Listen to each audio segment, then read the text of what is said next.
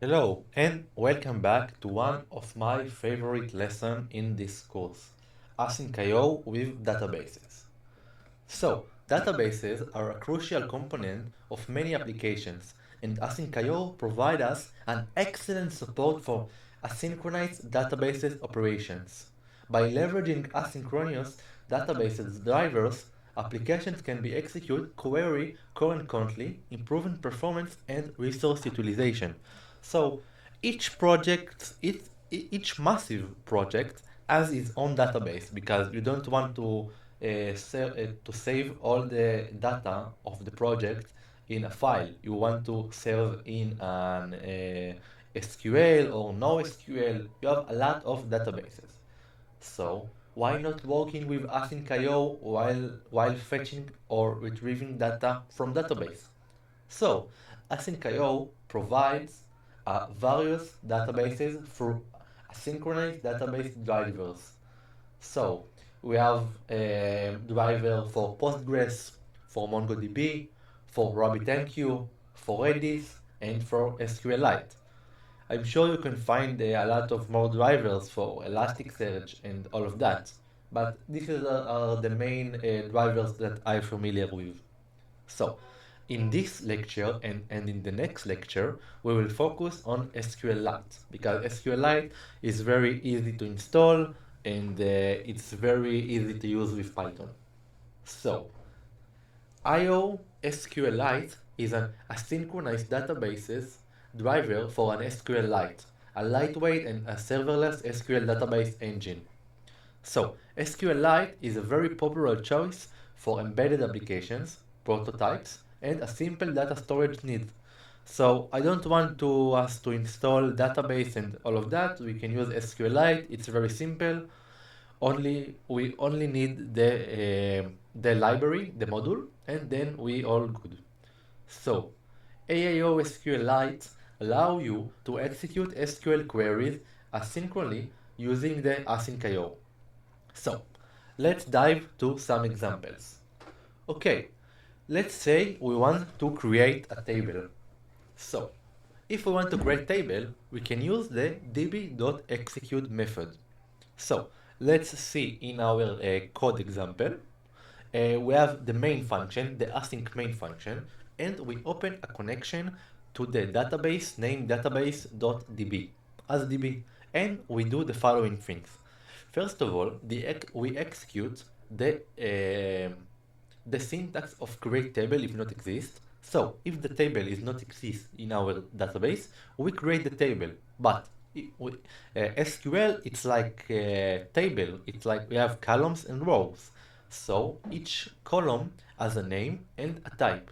So if the table is not exist, create an ID column with type of integer that the ID will be the primary key.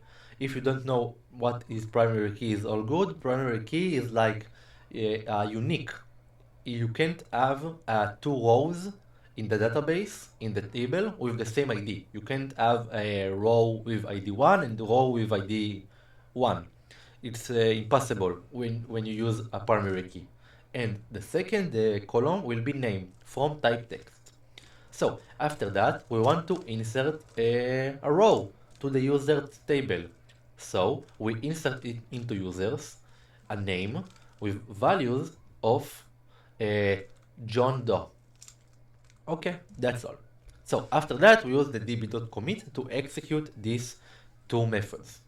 So as I wrote in the presentation, the db.commit method is called to commit the changes to the database. Okay.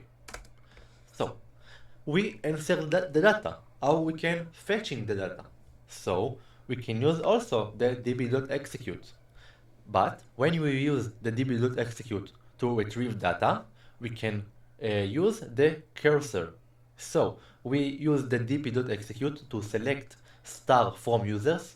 It means give me all the data from the users table. And we use the cursor. What we do with the cursor, we run it asynchronously on the rows. So like imagine that you get a result as a table and we want to run the table, the result of the table row by row. So we will print each row by itself. So the async for loop is used to iterate over the rows in the cursor asynchronously. In this example, all rows from the user's table are fetched and printed, as I already said. So in this example, I will show you how to executing a multiply database operations concurrently using the AsyncIO task. We have the fetch data function. It's a coroutine that fetches the data from the user's table using the cursor.fetchAll method. Three instances of fetch data are created and execute concurrently using the AsyncIO gather, as we already saw this function earlier in the course. The results from each task are combined and printed.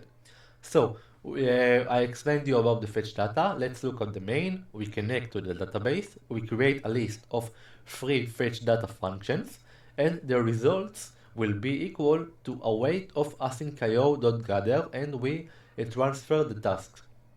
After we get the result, we run on each result and print the data. So we can also work with context management with AIO SQLite. So it provides us a context management for database connections and cursors. Using the async with the statements ensure that the resources are properly managed and clean up.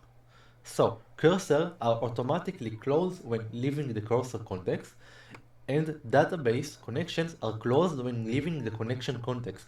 So because we use the with and the as, when we finished with the part of the cursor with the line, the cursor is automatically closed, and when we finished with the part of the AIO SQLite connect as DB, the database connection will automatically close.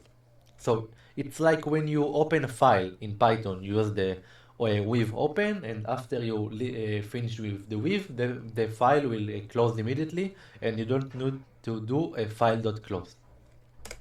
So let's conclude. The AsyncIO provides us a support for asynchronous databases operations through various database drivers, including SQLite. So AIO SQLite allows us to executing SQLite queries and fetching data concurrently. In addition, it provides us a context management, as I already explained.